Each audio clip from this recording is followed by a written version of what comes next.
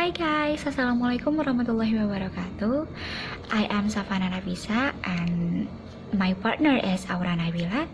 And today we are going to talk to explain about our topic. And the topic is techniques of translation. And here today we will give you 7 techniques of translation to facilitate your work. So watch this video until the end and happy watching. Okay guys, for the first technique translation that I choose is borrowing. As you can see in the slide, borrowing is a translation technique that involves using the same word or expression in original text in the target text. The word or expression borrowed is usually written in italics. This is about reproducing an expression in the original text as is. In this sense, it is a translation technique that doesn't actually translate.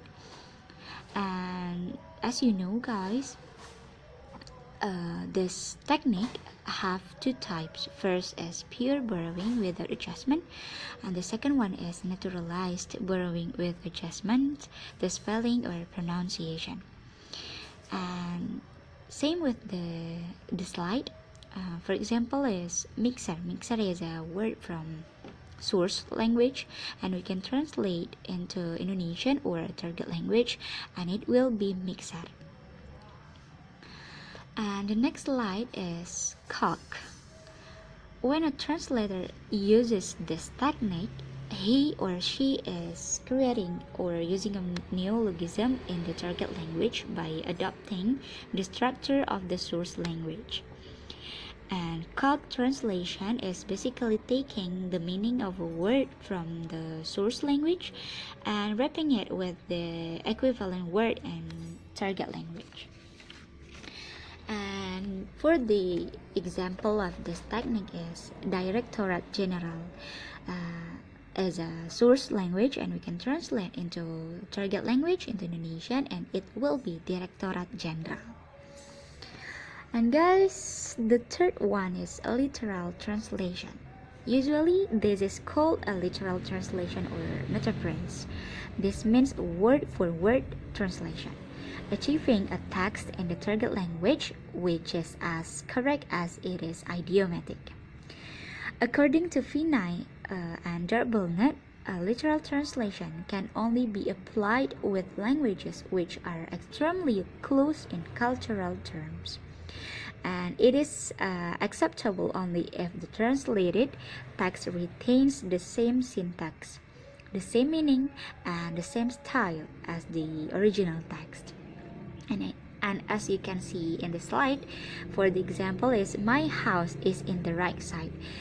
The sentence is source language, and we can translate into the target language, and it will be rumahku berada di sisi kanan.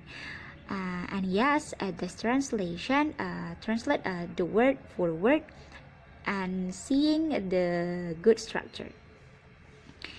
And the fourth is transpositions.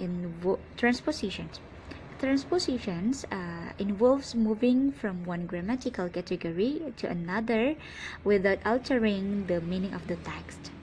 And this translation technique introduces a change in grammatical structure. And guys, transposition includes changing the plural form to the singular, adjective position to change the structure of the sentences as a whole, and the separation of one source language sentence into 2 source language sentences or more, and combining 2 or more source language sentences into 1 target language sentences is also included in the strategy.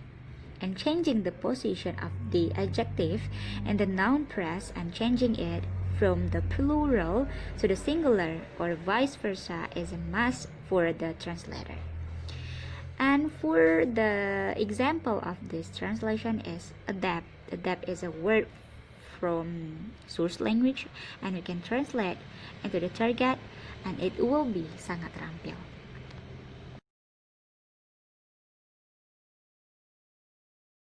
Modulation. Modulation is about changing the form of the text by introducing a semantic change or perspective. Through modulation, the translator generates a change in the point of view of the message without altering meaning and without generating a sense of awkwardness in the reader of the target text. For example, in the BSU, nobody doesn't like it, and in BSA, semua orang menyukainya. And then description. Description is a translation technique that is applied by replacing a term or expression with a description of its form and function. For example, in the BSU, panettone, and in the BSA, kue tradisional Italia yang dimakan pada saat tahun baru. And the last is adaptation.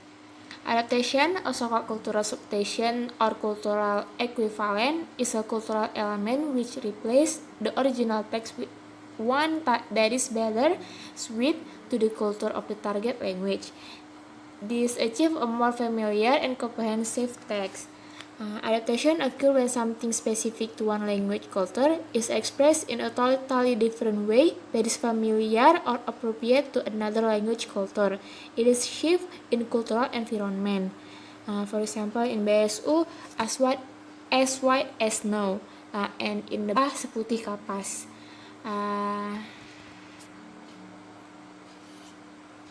I think that's all from us. Sorry if we make a mistake. Thank you for watching this video. Assalamualaikum warahmatullahi wabarakatuh.